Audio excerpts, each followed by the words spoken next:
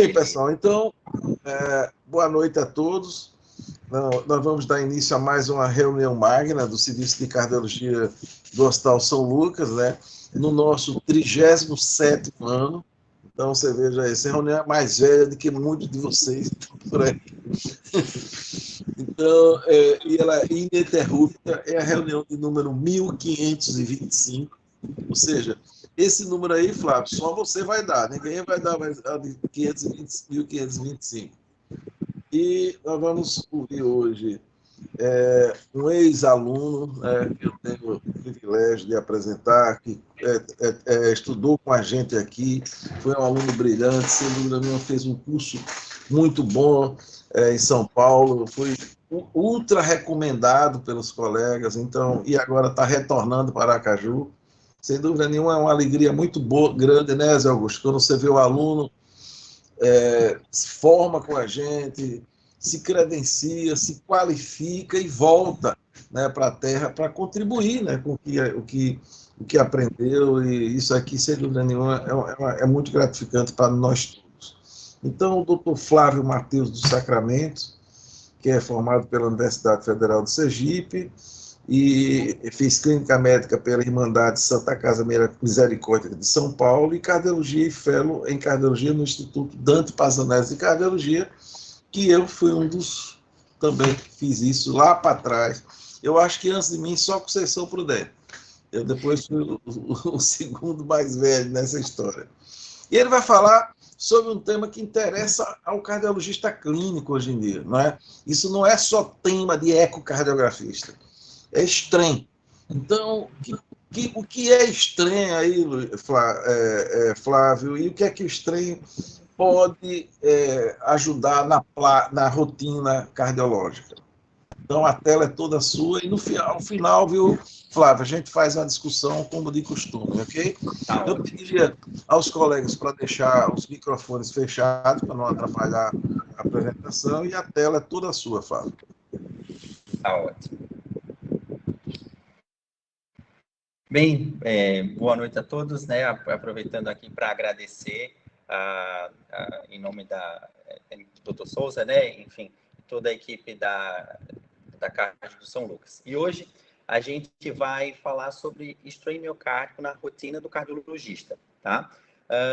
Foi publicado no ano passado o posicionamento do Departamento de Imagem Cardiovascular da Sociedade Brasileira de Cardiologia sobre isso, sobre strain miocárdico na rotina do cardiologista. E quando a gente fala em rede social, por exemplo, né, foi publicado também lá no perfil da SBC, ainda semana passada, esse posicionamento, falando pontos positivos que isso traz na rotina do cardiologista. Na semana passada também, no Circulation, foi publicado, né, esse artigo falando sobre inteligência artificial e cardiologia. E ele citava, assim, o strain como uma ferramenta que pode ser utilizada, né, na avaliação aí de doenças cardiovasculares, por exemplo. Mas, afinal de contas, o que é o strain, né? Nada mais é do que a deformação. E quando a gente fala em coração, significa deformação miocárdica resultante de uma força que foi aplicada. Então, a gente vai ver a seguir, por exemplo, ao final da diástole, nesse organograma que eu preparei aqui para vocês, nós temos, imagine que o tamanho da fibra, ela é de 1 milímetro, e ela vai sofrer uma compressão, ela vai sofrer uma deformação, tá? E isso vai acontecer no pico da sístole. Quando isso acontece, por exemplo, aqui na primeira imagem vocês podem ver aqui, nós temos que ela teve uma redução, uma compressão de 20%, tá? Mas isso pode também sofrer um alongamento dessa fibra. E isso é o que acontece, por exemplo, nas discinesias. Ou, por exemplo, pode acontecer dessa fibra que tem um comprimento alongado na diástole, ela permanecer no pico sistólico com o mesmo valor. E isso é decodificado com softwares que eles vão elencar aqui, como vocês podem ver ao lado, de um espectro que vai de um azul mais intenso a um vermelho mais intenso. De modo que o vermelho mais intenso mostra que tem a maior compressão, né, dessa fibra miocárdica. E como que é feito esse cálculo? A grosso modo, para que vocês possam entender, é feito a medida do comprimento final dessa fibra menos o comprimento inicial dividido pelo comprimento final. E assim a gente tem o valor absoluto desse strain, tá? Mas quando a gente fala em strain, a gente tem que entender que existem várias modalidades, né? E uma delas, que é a mais conhecida e é, de fato, aqui tem mais aplicabilidade clínica, sem dúvida, é o strain longitudinal. Mas nós temos a disposição das fibras que pode acontecer de forma circunferencial ou radial. Já que a gente falou do strain global longitudinal, vamos especificar um pouco o que seria esse strain, né? Como eu falei, é o mais utilizado na prática clínica, né? Ele é uma média do strain longitudinal dos 18 segmentos do ventrículo esquerdo. Por isso o nome global, porque ele consegue englobar todos os segmentos do ventrículo esquerdo. Ele é mais sensível, uma vez que ele acaba englobando principalmente as fibras subendocárdicas. Em relação ao strain circunferencial e o radial, ele é mais reprodutível na prática clínica. Mas e aí? Existem fatores que podem afetar a estimativa desse strain? Sim, existem. E nós, cardiologistas clínicos, precisamos entender, até para a gente conseguir julgar esse laudo que vai chegar para a gente, tá? E quais são esses fatores que podem afetar? Um deles é a qualidade da imagem, né? Adquirir uma imagem de boa qualidade, com um profissional que tem uma destreza para isso, sem dúvida, é assim primordial para definição estimativa desse strain, tá? Modalidades de exame cardiovascular diferentes também a gente precisa ter cuidado, porque a tomografia e a ressonância, elas também estimam o strain, mas a gente não pode comparar, por exemplo, com aquele que é estimado na ecocardiografia. É importante definir aqui que fabricante e versão de softwares diferentes também acabam afetando na estimativa. Tanto que, veremos logo mais, que na cardio-oncologia, quando eu preciso acompanhar pacientes que estão fazendo quimioterapia e que eventualmente tem um potencial de cardiotoxicidade, o ideal é que esse acompanhamento ele seja feito, né, em aparelhos do mesmo fabricante com o mesmo software, tá? Além disso, condições hemodinâmicas como pré e pós-carga também podem influenciar na estimativa do strain, tá? E aqui, o posicionamento que foi publicado pelo DIC no ano passado, acho que foi muito feliz ao elencar quais informações são relevantes no laudo, né, quando eu quero avaliar o strain no laudo de ecocardiografia, por exemplo. Sinais vitais, é importante, afinal de contas, como a gente viu, pré e pós-carga acabam influenciando. O tipo de strain, o valor absoluto dele, qual a câmera que está sendo avaliada, né? O padrão de mapa polar, que acho que é o mais característico, de modo geral, para o cardiologista e para o médico, enfim, quando fala em strain, tá? E a variação percentual também é um fator importante, já já a gente vai entender por quê. E equipamentos, como eu falei, que precisam ser identificados, né, e colocados no laudo para a gente comparar futuramente, tá? Quando a gente fala em valores de normalidade, aqui no Brasil, nós não temos estudos que mostram valores específicos, tanto que o DIC, né, o Departamento de Imagem Cardiovascular, está fazendo um estudo multicêntrico para tentar definir com a população brasileira quais são os valores de strain que são próximos daquilo que a gente chama de valor absoluto normal. Então, esses valores que estão aí em tela, senhores, foi extrapolado de população, né, sociodemograficamente distintas da nossa, mas que tem aí um objetivo futuro de a gente conseguir ajustar. E vocês vão perceber que o valor do strain em si, ele é específico para cada condição clínica, que não necessariamente é o 18, é o 20, como apresenta em tela. Já já a gente vai entender por quê, tá? Aqui só para vocês poderem perceber, de modo geral, como que são apresentadas as imagens aí, quando a gente acaba captando o strain, né? E o mais clássico é o mapa polar, como segue aí embaixo. Tá, mas afinal de contas, por que utilizar o strain? Acho que a palavra-chave, o ponto-chave dessa discussão de hoje seria justamente essa: detectar lesão subclínica, detectar disfunção sistólica, subclínica, tá? E além disso, informações adicionais, né, e com menor variabilidade em relação a parâmetros habituais sobre prognóstico. O que é que isso significa, tá? Que, por exemplo, o strain, em relação à fração de ejeção, que já está consagrada, né, a gente já sabe, né, de estudos, enfim, de definição terapêutica em relação à fração de ejeção, mas ela sofre uma variabilidade na sua avaliação, quando a gente fala do ecocardiograma, por exemplo, inter e intra observador, diferente do strain, que tem uma variabilidade menor, né, em relação a essa definição aí, quando a gente fala em comparação entre observadores diferentes. Além disso, o strain, ele traz padrões paramétricos peculiares, né, de cardiopatias. Quem nunca ouviu falar, por exemplo, né, do padrão de apical sparing que a gente encontra na amiloidose? tá bom? E é falando disso, né, de aplicabilidade clínica, que a gente vai começar a falar sobre algumas condições clínicas dentro da cardiologia que o stent tem contribuído, tá? Essa aí, o American College, né, o último guideline sobre doenças valvares, e já é sabido de todos que pacientes com estenose aórtica importante, assintomáticos e que tenham fração de ejeção reduzida é classe 1 para abordagem, né, cirúrgica, né? Ou, enfim, algum tipo de abordagem, seja percutânea ou cirúrgica. E aqui, senhores, eu mostro para vocês que aqueles pacientes que têm fração de ejeção abaixo de 50 e aqueles que têm fração de ejeção entre 50 e 59 apresentam uma curva parecida, né, semelhante aí de sobrevida. Será que o strain poderia justificar isso? Claro, ele nos ajuda sim. E aqui é o que mostra esse trabalho publicado há mais de 10 anos, mostrando o strain como um fator, né, um preditor independente de mortalidade em pacientes que têm estenose aórtica importante, tá? E aqui, senhores, como eu mostro para vocês podem observar, ao longo aí de 3 anos, a mortalidade é maior. Naqueles pacientes que são assintomáticos, que têm fração de ejeção preservada, mas que têm um strain longitudinal menor do que 15, por exemplo. Aqueles que têm um strain longitudinal global acima de 15 apresentam uma sobrevida maior em comparação àqueles que têm o strain reduzido. E 15 foi o corte nesse estudo. Aqui, avaliando a curva ROC, como vocês podem observar, com 3 variáveis. Quando eu avalio o strain global longitudinal, a fração de ejeção e a área valvar em relação à estenose aórtica, o que teve a maior área sobre a curva ROC acabou sendo aqui o strain global longitudinal, tá?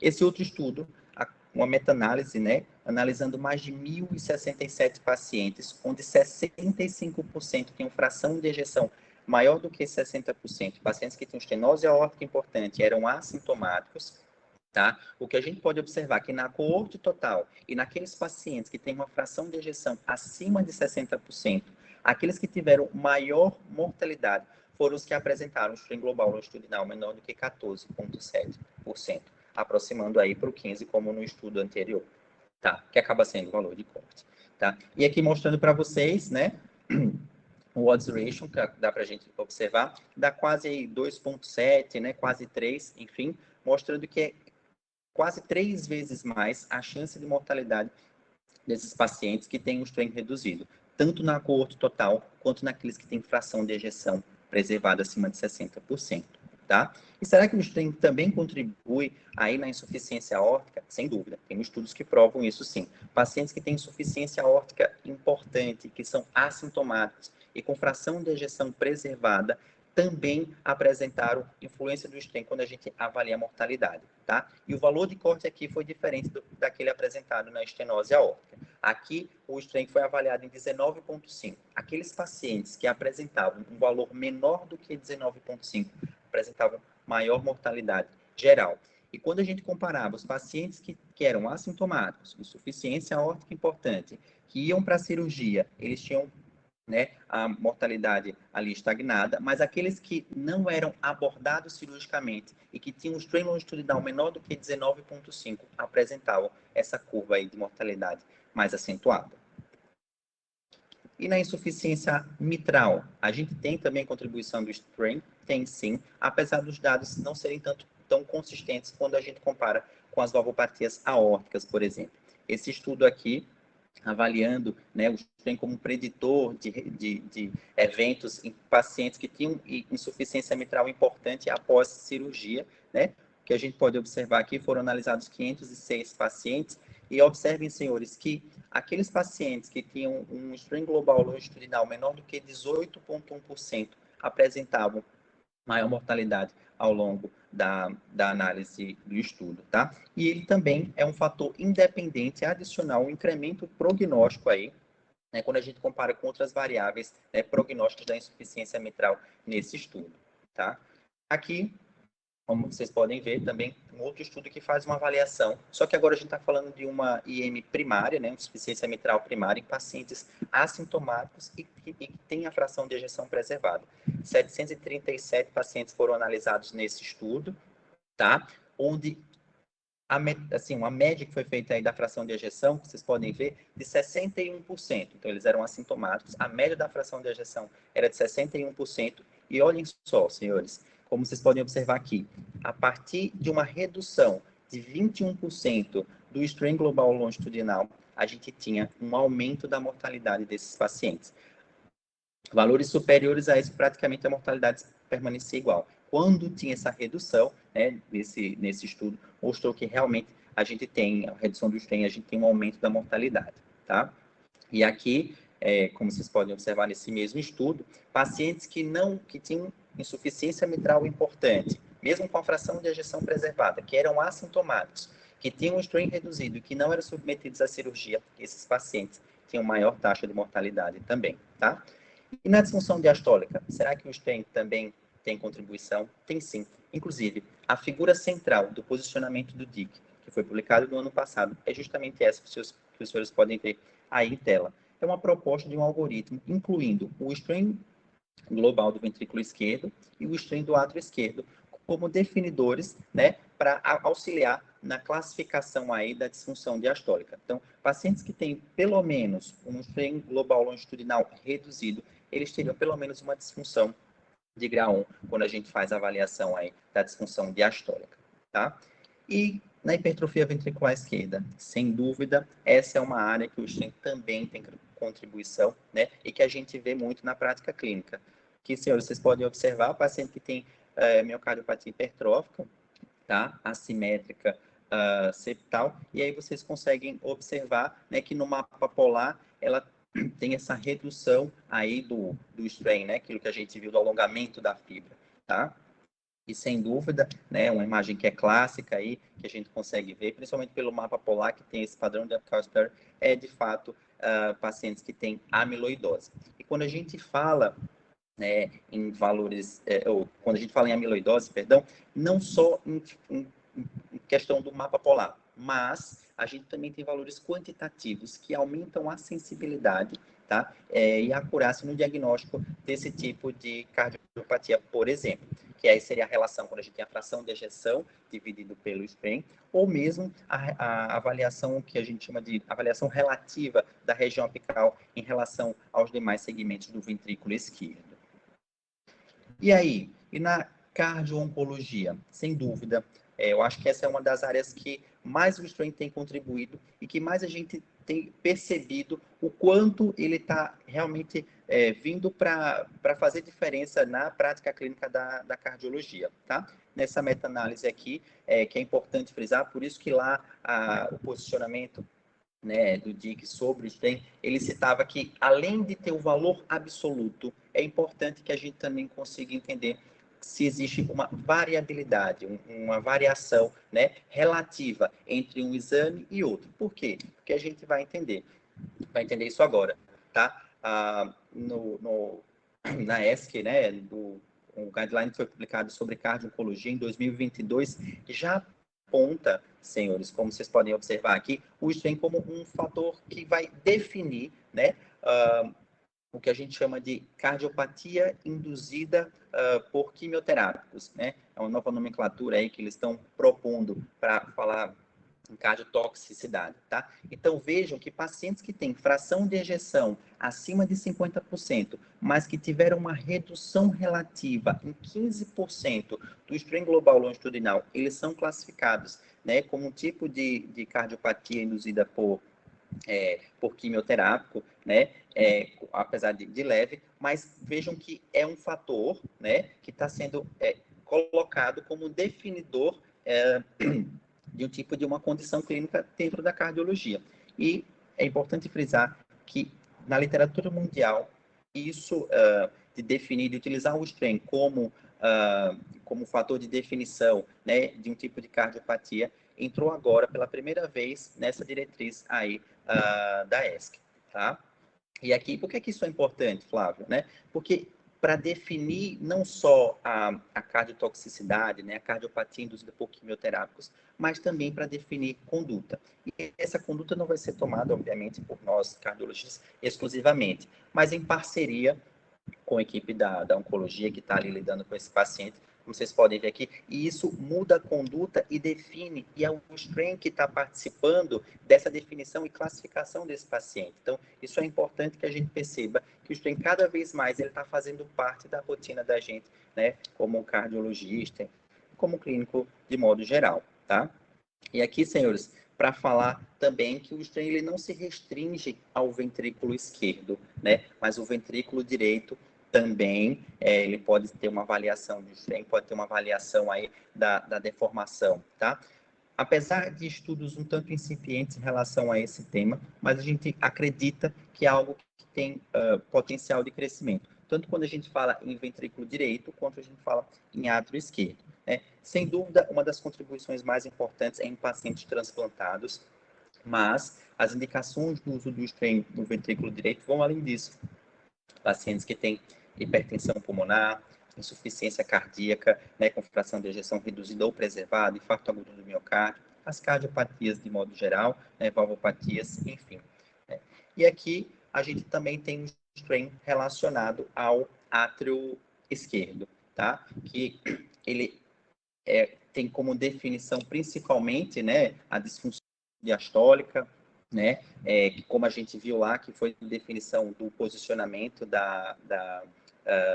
do DIC do ano passado, mas em pacientes que têm arritmias atriais, toxicidade por drogas, né, doenças genéticas, né, lá no Dante, por exemplo, está sendo desenvolvido um estudo em pacientes que são atletas, né, eles estão medindo aí fazendo a avaliação do strain ao longo do tempo, enfim, e avaliando se isso tem alguma repercussão do tipo de surgimento de arritmias, etc. Tá?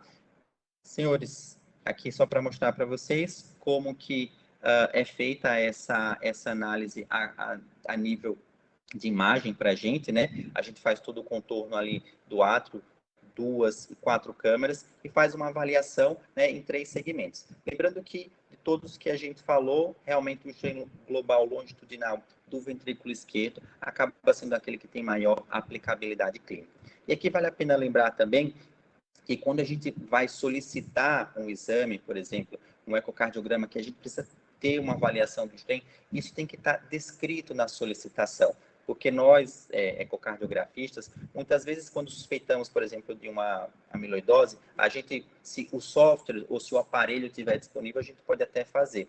Mas vale a pena, se você suspeita, por exemplo, que o paciente tem uma amiloidose ou é uma hipertrófica, que você faça a solicitação com pesquisa do strain. Ou é um paciente, por exemplo, que tem uma estenose aórtica importante e que vocês querem que seja avaliado aí o strain. Tem que deixar descrito. Até porque nem todo serviço dispõe dessa avaliação, né? Nem todo profissional acaba sendo capacitado para isso. E muitas vezes a gente fala em custo. Nem todo, por exemplo, o convênio acaba liberando, porque tem um custo a mais, leva um tempo a mais para que isso seja realizado. Tá? Senhores, eu acho que foi uma apresentação tanto, talvez um pouco mais rápida, mas aí a gente vai abrir agora espaço para discussão. Mas eu finalizo esse meu primeiro momento aqui, mostrando esse cartoon inglês, né? Que eu acho que reflete um pouquinho do que eu acredito que a gente tem que fazer. Né? A gente tem que ir além disso, a gente tem que quebrar esse muro, né? E investigar mais, e a mais para a gente conseguir trazer o melhor tratamento para esse paciente. Eu acho que o strain traz isso. Ele traz informações a mais, que eu acredito que ao longo dos próximos anos ele vai se incorporando, como ele se incorporou na diretriz ali de cardio-oncologia, mas talvez, quem sabe, ele seja, por exemplo, considerado um fator complicador aí de valvopatias. Porque, afinal de contas, nós vimos que existem muitos estudos robustos, né, que contribuem aí para mostrar que o strain ele chegou para definir condições subclínicas, né, e que podem ajudar sim no manejo do nosso paciente no dia a dia. Acho que é isso. Aí agora eu abro para discussões e perguntas também. Muito bem. Então, Flávio, parabéns pela apresentação. Sem dúvida, eu acho que você fez num tempo bom, porque exatamente permite isso aí, que é interessante, que é a discussão. Parabéns pela maneira didática, e vendo que dá para notar que você tem muito conhecimento sobre o assunto e falou isso com muita propriedade. Eu, antes de abrir aqui para a discussão, queria fazer 3 comentários rápidos e tal, e com uma pergunta, né? O primeiro comentário que, historicamente, o Strem teve uma contribuição muito interessante até no conceito de insuficiência cardíaca. Então, você lembra que no passado, não muito longe, se chamava insuficiência cardíaca sistólica e insuficiência cardíaca diastólica. Inclusive, tem um artigo de revisão de Bernard Guesch no New England falando exatamente insuficiência cardíaca diastólica. Mas aí veio o estudo TopCat, que era para avaliar espirulolactona, se não me engano, em pacientes com IC diastólica, e pela primeira vez eles colocaram na metodologia o Strem. E, para surpresa, mais de 50% dos pacientes tidos como IC diastólica tinham o Strem alterado, que é um parâmetro de função sistólica. Então, a partir daí, foi que passou-se a ter o conceito de fração de ejeção preservada, reduzida, e também agora tem aquela ligeiramente reduzida. Então, o Strem foi importante nessa definição.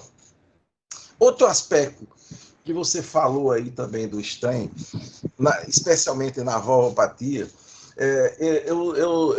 pelo que entendi ali, você falou na estenose aórtica severa, mas eu acho que ele tem um papel também importante da estenose aórtica moderada, porque a gente sabe que a estenose aórtica é uma doença que começa pela válvula, mas vai para o ventrículo, né? E a gente sabe que é uma doença que tem uma mortalidade alta, e o que é que se conceitualmente a indicação de cirurgia está ligado na estenose aórtica severa sintomática, ou então na severa assintomática com diminuição da fração de ejeção, né? Fração de ejeção abaixo de 50%. Bem, e a fração de ejeção, a gente sabe aí, como você também bem frisou, que não necessariamente ela capta tudo, quer dizer, ela em si, mesmo que seja bem medida, ela capta todos os aspectos da função sistólica, mas o grande problema da fração de ejeção é o problema das medidas, né? Então a gente sabe que é volume diastólico menos volume sistólico dividido pelo volume diastólico, e os erros de medida multiplicam para lá e para cá, e a gente sabe que tem indivíduos que vai do céu ao inferno de um eco para outro, né? Então esse é o problema. E todos nós temos conhecimento, que acompanha a válvula, tem conhecimento daqueles pacientes que têm uma estenose aórtica moderada, vamos supor, pelo eco, e você sabe que o fenótipo evolutivo dela, às vezes o paciente evolui para sintoma, evolui para disfunção ventricular, antes de ser taxado como estenose aórtica severa. Então, eu acho que aí o Strem, porque ele capta dados, por exemplo, de funcionalidade, que é a contratilidade, ele capta dados de hemodinâmica, que é a pós-carga, porque muita gente pensava que Strem é só contratilidade. Não, ele também incorpora, na medida do Strem, a pós-carga. E também dados de morfologia, porque hipertrofia e fibrose interferem com o Strem. Então, eu acho que é uma medida que talvez ajude. E aí você falou que talvez aquele ponto de corte ali de 15 na estenose aórtica seja importante em definir, mesmo em pacientes com fração de ejeção preservada, quem vai evoluir mal. Bem, aí minha pergunta para você é o seguinte. Primeiro, você sabe que tem uma confusão muito, sobretudo para quem não trabalha com isso, porque o Strem é uma medida negativa. Então, assim, quando assim, por exemplo, se o menos está diminuindo, quer dizer, assim, numericamente está diminuindo, na verdade o Strem está aumentando, ou vice-versa. Então, tem uma tendência de se tirar esse valor negativo e você trabalhar com o número absoluto, que eu acho que é muito mais prático, isso já devia ter sido feito para tal. Então, essa é a pergunta, como é que você vê isso, como é que tá sendo isso? E a segunda pergunta, que eu acho que esse é um ponto, você veja, na estenose aórtica o ponto de corte é 15, na insuficiência aórtica 21, não foi 19 na insuficiência aórtica, se eu não me engano. Na insuficiência mitral já foi 21, então esse é um outro problema, né? Qual é assim, do Strem ainda, é você ver assim, e você viu que, você mesmo falou que nós não sabemos no Brasil se aquele determinado valor ali já está o Strem reduzido ou não. Então, eu queria que você comentasse em relação a isso, mas parabéns pela apresentação, foi muito elucidativa para nós todos. Obrigado.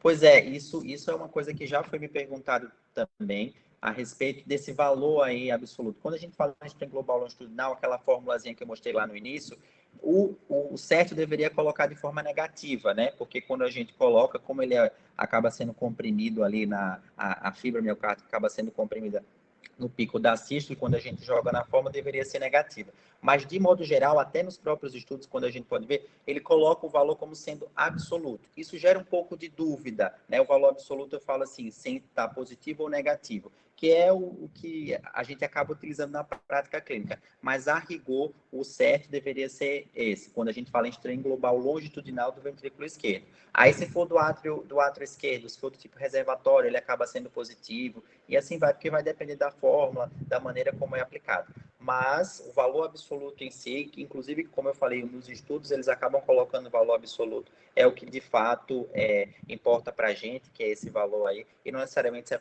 positivo ou negativo, tá? Em relação a outra pergunta, que foi sobre... Foi os pontos de corte que variam mesmo, que você veja, exatamente, né? Exatamente. O que é que acontece? Isso foi bem pontuado nesse posicionamento agora do DIC, né, do ano passado, justamente isso, que a gente está extrapolando valores, aqueles valores que ele coloca ali 18 a 20, porque é justamente isso. Cada estudo, como vocês puderam perceber, eles atribuem como valor de corte, né, para o strain um determinado valor específico. E a diretriz em si, o posicionamento, ele fala isso, que o ideal era que para cada condição clínica a gente tivesse um valor específico do strain. Mas está sendo realizado um estudo multicêntrico, tá, para tentar definir na população brasileira qual seria o nosso valor de corte para isso. Então, isso tudo está sendo desenvolvido. Sim, não sei sim, muitos detalhes a respeito disso, mas eles deixam muito bem claro lá nesse posicionamento que a gente precisa ter da nossa população, tentar entender a gente, qual que é o valor de corte. Porque, como vocês puderam observar, para cada condição clínica ali dentro da cardiologia, ele teve um valor de corte e isso acaba influenciando, né, de forma até, quando a gente fala em mortalidade, por exemplo. Perfeito. Eu vou passar para Roberto Sintra, mas só um detalhe interessante também, que a gente tem que ter cuidado com, por exemplo, na cardiotoxicidade. Lógico, é importantíssimo, você não pode matar o boi para matar o carrapato, né? Então o indivíduo não pode morrer da droga do quimioterápico de insuficiência cardíaca. Mas, por outro lado, se o paciente não usar o quimioterápico, ele vai morrer do câncer. E eu estou vendo muitas vezes uma contradição imensa nos valores de strain, que às vezes a pessoa contraindica o tratamento e às vezes é um erro de medida, né? Então, isso é outro cuidado que tem que ser muito grande, porque é uma definição muito pesada, né? De você interromper um tratamento quimioterápico, por exemplo, né? Por isso que eu falei que ele na diretriz, ele sempre fala que, assim, para a gente ter essa parceria ali com a equipe da oncologia para definir, afinal de contas, né, assim, tem que pesar risco-benefício, enfim. E, como eu falei, dentro da cardio-oncologia, o que mais está sendo pontuado é que não é necessariamente o valor absoluto do strain, mas sim a redução relativa em relação a exames prévios, por exemplo. Perfeito. Roberto, o homem da válvula aí. Ô, Flávio, você podia descompartilhar a tela, fica melhor aí para a gente ver o pessoal. Claro. Professor Roberto Sintra. Opa, tudo bem? Flávio, parabéns pela aula. Eu talvez perdi os primeiros 3 slides que eu estava meio ocupado, mas parabéns, foi ótima. Conseguiu definir muito bem a ferramenta para que ela se propõe nas suas indicações. Eu só vou dar um comentário especificamente do que a gente vem falando de strain atualmente, que é a estenose aórtica. Eu, assim, acho até que é uma coisa a gente vai considerar na diretriz como um fator complicador, mas por essa N, né, dúvidas que nós pontuamos, eu acredito que nas diretrizes atuais, que vão sair possivelmente em 25, acredito que ainda o strain não vai ter espaço no que tange a fator complicador. Acho que o strain, né, ele vai ser uma figura de pré-triagem, né, vai ser aquele cara a gente investigar um pouco a mais no grupo assintomático. Existe um trabalho em andamento, chama estudo Involved, que a triagem do paciente é pelo strain. Então, ele faz o strain, daí ele vai para a ressonância, e eu acredito que no critério objetivo né? Por exemplo, gosto bastante, o Luiz sabe disso, que é o volume extracelular, por exemplo, que é uma ferramenta que diz bastante, né, da gente definir um negócio mais concreto sobre intervenção. É um pouco diferente do strain, como eu disse, erro de medida, um aparelho melhor, outro pior. Então, talvez, por essas dificuldades técnicas, acredito eu, que como fator complicador, né, acho que ainda vai ser difícil. Imagina que, apesar desses os trabalhos mostrarem que prognosticamente um strain alterado, o paciente morre mais, mas a gente vê isso em outras condições. Por exemplo, aumento do átrio esquerdo acima de 60 ml por quilo na insuficiência mitral, morre mais. Nem por isso a gente ainda não incorporou isso como fator complicador. Eu acho que vai nessa mesma, né, ideia, né, do strain, mas assim, foi ótima aula, era só para acrescentar isso, da minha opinião particular, sobre o strain na estenose aórtica específica. Parabéns, foi excelente a aula, vou deixar os colegas comentarem aí, viu? Um abraço. Nós estamos inscritos Luiz Flávio e depois Joselina. Luiz. Boa noite, agora sim, tá me ouvindo? Ô, Flávio, parabéns pela aula, excelente, entendeu? Assim, deu para dar uma resumida boa e assim atualizada realmente, né? Porque é uma coisa que, para quem não faz o método, tem que, né? Você tem que facilitar muito, porque é uma coisa muito técnica. Só, assim, porque você falou nos métodos, né? Assim, a ressonância, que é a minha área, né? Lembrando que a ressonância foi que, na verdade, foi quem criou o tagging há 20 anos atrás, né? O strain através do tagging, né? Que é uma forma de você fazer a marcação das fibras de forma pré-processamento, né? Que é você marcar quando você vai fazer né, a aquisição, né? Você marca aquele campo magnético, né? Através de gradil, só que isso acabou não vingando, né? E aí depois veio o feature tracking, que é você marcar no pós-processamento, e assim, tudo tenderia a dizer que a ressonância ia caminhar paralelo com o eco, ou até superar, né? Só que aí teve um estudo em 2020 com o auge do strain, que era a carnotoxicidade, pro eco, né? Então, em relação ao prognóstico, a prever alteração de troponina, o eco foi melhor. Depois eu posso até te mandar, que é um estudo até interessante para vocês aí. Mas realmente isso aí foi um banho de água fria e assim, a gente tem outra forma de ver a doença subclínica. Porque quando a gente tá falando de fração de ejeção preservada, porque quando a fração de ejeção reduz, eu acho que o strain não tem muito valor. Né? A gente está falando de pegar a base, né? A base do iceberg, a ponta do iceberg é a fração de ejeção, e aí a gente faz muito bem isso aí, tanto a gente quanto vocês. Agora, a gente tem outras ferramentas, e eu acho que a gente tem que fazer o que o método tem de melhor. Então, o que a ressonância tem de melhor, passando essa fase de funcional, é a avaliação tecidual. Como o Roberto falou, a gente tem um mapa, a gente tem o volume celular, a gente tem o próprio realce, que mostra coisas às vezes antes da fração de injeção. Então, a gente tem que trabalhar com o que a gente tem de melhor. O que a gente tem de melhor hoje, realmente, é a avaliação tecidual. Eu acho que o strain a gente deveria realmente deixar para vocês. Inclusive, as ferramentas que a gente tem para strain são caríssimas. Eu acho que já me consultaram a respeito disso. Eu acho que não compensa investir isso, não compensa comprar. Né? A não sei que disponha, a gente pode brincar, mas eu acho que é uma coisa que a gente deva ir atrás. Eu acho que a gente deve seguir realmente a linha tecidual. A minha dúvida agora, só esclarecendo esses pontos, era uma coisa que tem aparecido muito para a gente, que quando o cara tem doença, ele tem uma valvopatia, ele tem um infarto, tudo, o strain tem sua validade. Agora, o que eu queria saber realmente, que mais me angustia, é num cara normal, um paciente saudável, que vai fazer um eco e encontra lá uma fração de ejeção de, sei lá, de 52%, que a gente sabe que 40% é reduzida, mas enviando tratamento. Mas abaixo de 55% a gente sabe que tem coisa aí. E aí faz a ressonância. A ressonância não tem realce, né? Às vezes um mapa normal, e o cara tá ali, um cara jovem, às vezes saudável, às vezes, né, assintomático, e com a fração de ejeção de 51%, por exemplo. Pô, até que ponto isso é constitucional? Né? Até que ponto tem alguma doença, né, subclínica e alguma alteração subclínica, alguma miocardiopatia incipiente? Nesses casos, né, quando você não tem doença nenhuma, não tem nenhuma alteração estrutural cardíaca, e você tem uma fração de ejeção borderline, como a gente chama, você acha que o strain, nesse caso, acrescenta alguma coisa? Você tem algum trabalho nessa linha, alguma formação nessa linha? É isso que me angustia às vezes. Eu desconheço isso, mas eu já tive casos lá no Dante em que isso aconteceu. A gente utilizou do strain para saber se realmente tinha, por exemplo, uma redução do valor, enfim. Mas nada assim que eu conheça, por exemplo, que tenha na literatura que corrobore para essa informação através do strain, né? Mas a gente sempre tenta, assim, dentro do eco, né? A modalidade que mais se aproxima com vocês aí da ressonância é a fração de ejeção 3D. Então, a gente, quando tem essa dúvida, tá ali borderline, a gente sempre tenta ver um outro método, ou ver com outro observador, etc., porque isso pode haver essa variação. Mas, assim, eu confesso para você que eu desconheço se tem alguma informação a respeito do STEM contribuindo num caso específico como esse. É uma linha boa, né? Acho que é uma linha Exato. boa de pesquisa, né? Joselina, que está embaixo, que gosta. Acho que é uma linha interessante isso aí. Mas obrigado aí pela aula Obrigado. e pelo esclarecimento. Bem, Joselina. Joselina, seu microfone está desligado.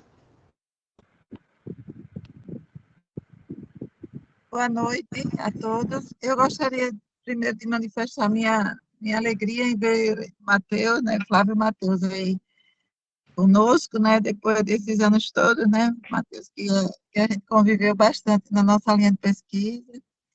E quando volta alguém fazendo ECA, que eu fico mais feliz ainda, né, porque a gente fez tanta força, né, para que essas pessoas se empolgassem pela metodologia das imagens, né, seja ECA, seja angiotomografia, né, ressonância. Eu sempre defendo muitas imagens, porque eu acho que uma imagem fala por 1000 palavras. Né? Então, isso é a primeira coisa. A segunda coisa é dizer a Flávia que aquele caso que eu tentei discutir com você logo cedo, lá no ECO, que eu tinha que ir para o ambulatório e não consegui. Eu queria só ilustrar o seguinte, aquele caso é o caso comum que nos mandam em relação à cardiotoxicidade. Eu tenho vários momentos que os pacientes são enviados para mim para eu fazer o strain do paciente antes da quimioterapia e durante a quimioterapia. E o maior problema na prática clínica, para quem faz isso, é a janela ecocardiográfica. Porque me mandam pacientes idosos, né, com a janela difícil.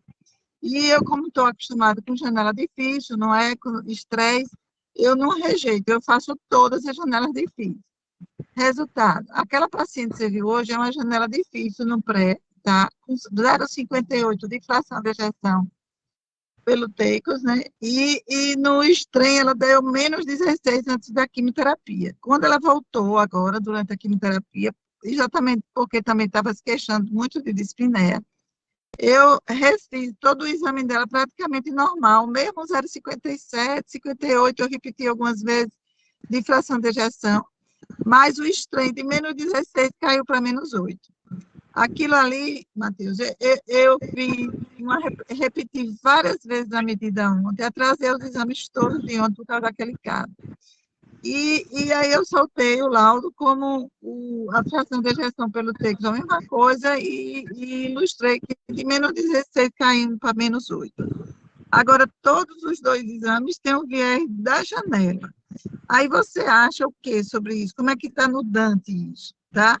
Se está fazendo, mesmo das janelas ruins, como eu fiz, ou deleta o exame antes até de fazer, porque eu sei que tem um viés muito grave, que é a janela cardiográfica. Só que eu aprendi com o doutor Wilson Matias que não se rejeita janela ruim, porque se você se rejeitar janela ruim, você nunca vai pegar a mão com a janela ruim. E aí eu transferi essa orientação do strain do doutor Wilson Matias para o strain. Agora, isso foi feito por minha conta. Eu não sei se isso funciona, ou se eu devo fazer ou não. Essa é uma pergunta. Outra pergunta é sobre o estresse no strain, o strain no estresse, né? Que eu sei que nosso aparelho tem o estresse no strain. E, inclusive, a application quis até fazer comigo, na época que a gente instalou o aparelho do São Lucas, do ECO, da Philips. Aí são essas duas perguntas. O que é que você acha sobre a questão da janela ruim, se no Dante está fazendo, e em relação ao estresse no strain. E parabéns, sua aula foi muito boa. Obrigado, doutora. Então, em relação a isso, como lá eu tinha falado logo no início, existem fatores que dificultam a estimativa do strain. E a qualidade da imagem, sem dúvida, acho que é um dos principais nesse quesito. E lá no Dante a gente descreve, ó, janelas acústicas limitadas, impossibilitando a avaliação adequada do strain. Então a gente acaba preferindo não se comprometer em dar um determinado valor que a gente sabe que não pode ser o valor fidedigno daquela avaliação do strain, dizendo que a janela é limitada, porque a gente tem que entender que é uma limitação do método. Então, é assim que a gente faz. E o posicionamento também do DIC, ele fala isso, que nem sempre vai ser possível avaliar, por isso que é considerado, né, a qualidade da imagem como sendo um fator limitante aí, né, da estimativa do strain. Em relação ao strain no estresse, também tem um capítulo lá dessa diretriz que ele fala, ele descreve várias aplicabilidades na parte clínica, mas que na prática mesmo a gente quase não vê. Lá no Dante, por exemplo, a gente não usa o strain no estresse, por exemplo, mas que tem grandes contribuições, principalmente para auxiliar aquela...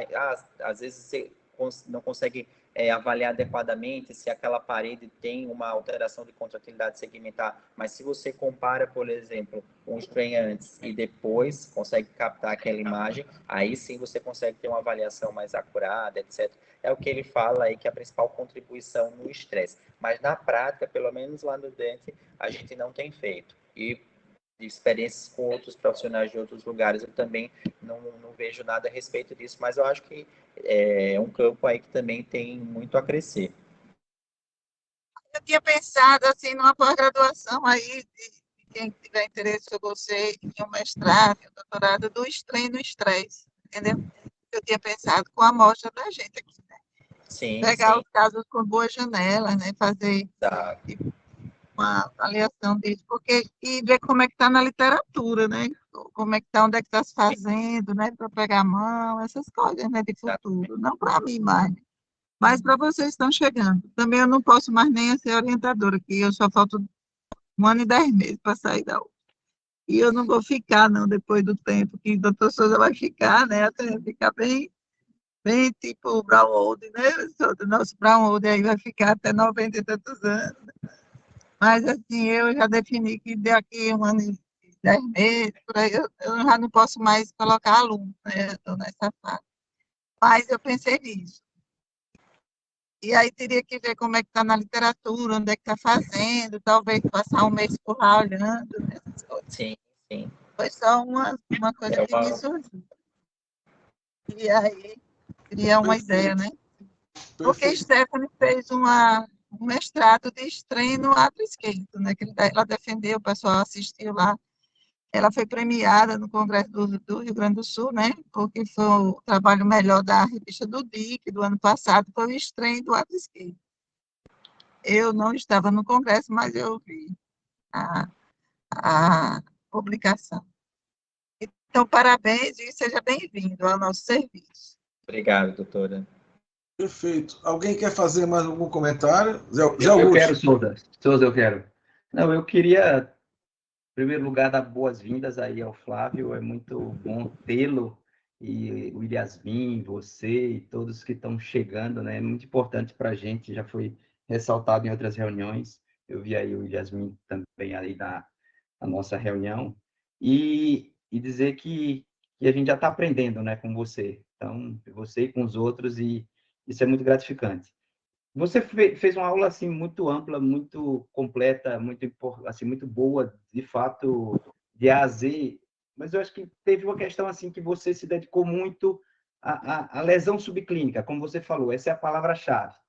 Eu queria trazer um outro foco, se você vê espaço atual, e eu acho que Joselina já deu uma ventilada nisso, que é, para mim, que sou clínico, muitas vezes uma coisa que me angustia é explicar a dispneia do paciente. Então, o paciente tem dispneia e a gente busca uma causa para essa dispneia, a gente não sabe. E aqui, para nós, o diagnóstico de Cefep é muito difícil, é muito complexo, o BNP não é tão sensível como a gente gostaria, e a gente hoje tem um recurso do cardiopulmonar que às vezes ajuda muito. Quando a gente solicita e vê que tem alguma alteração no padrão VE/VCO2, de ventilação, ineficiência respiratória, e que a gente pode correlacionar, já dá uma luz. Aí Milena, Murilo já tem trazido grandes contribuições. Mas tem saído recentemente essa associação, acho que a Joselina já colocou, que é não só se dedicar ao strain ventricular, mas também ao strain de ato esquerdo. Fazer isso aí um combo, uma avaliação até de ventrículo direito, né, com os vários fenótipos da ICFEP. E se isso eu sei que o Dante tem uma experiência, né, eu acho que foi o ACF que publicou recentemente algum trabalho na área, e eu queria saber se você visualiza já, e se eu for pedir uma pesquisa de ICFEP, o que é que você colocaria nessa avaliação? Não fique só no strain, mas o que é que você acha que um bom exame para ICFEP, um bom exame ecocardiográfico em 2024 tem que ter? Eu estou fazendo uma pesquisa de dispneia, que eu suspeito que é ICFEP, uma dispneia cardíaca versus não cardíaca. O que é que o mínimo que um exame ecocardiográfico tem que ter para fechar o diagnóstico de ICFEP, pela diretriz nova, pela sua visão, pela sua experiência e pelo que se aponta aí no horizonte? Beleza, ótimo, muito bom. Então, quando a gente faz a avaliação de fração de ejeção preservada, né, enfim, para pesquisa de dispneia, que é um desafio muito grande, né, sem dúvida, a avaliação do átrio esquerdo, aumento das pressões de enchimento, então volume atrial esquerdo, refluxo tricúspide, né, quando a gente faz aquela avaliação da velocidade, faz parte a relação das ondas E', né, E e A gente faz essa avaliação também, e tem que entender que, por exemplo, pacientes que já têm, por exemplo, hipertrofia, que já tem um strain alterado, que já tem disfunção sistólica definida, esse paciente por si só, óbvio, como a gente já sabe, ele já tem pelo menos uma disfunção diastólica de grau 1.